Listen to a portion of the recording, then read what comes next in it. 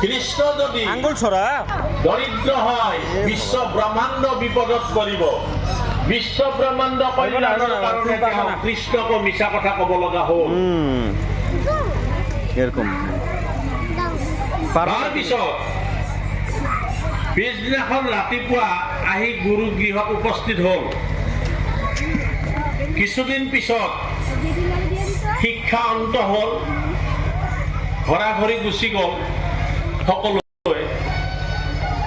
আৰু সুদামায়ো আহি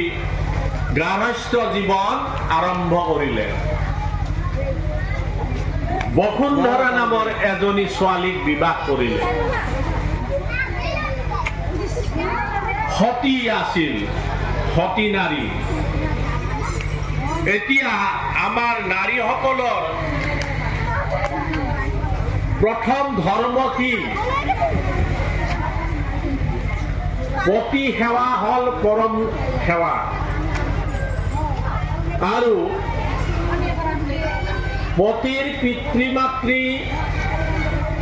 ভাই ভাতৃ ইষ্ট মিত্ৰ জ্ঞাতি কুটুম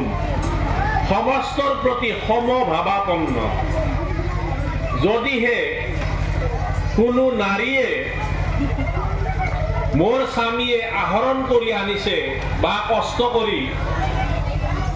বজাৰ কৰি আনিছে মোৰ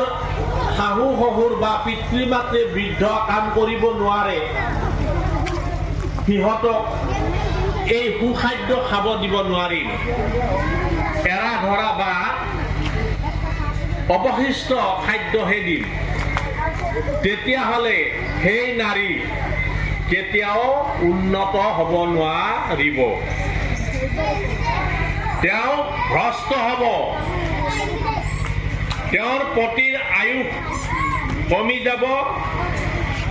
অকালতে বৈধব্য ভোগ কৰিব লাগিব কাৰণ তামোল গছত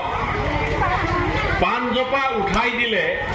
সেইজোপা তামোলৰ শুৱনিটো বেলেগ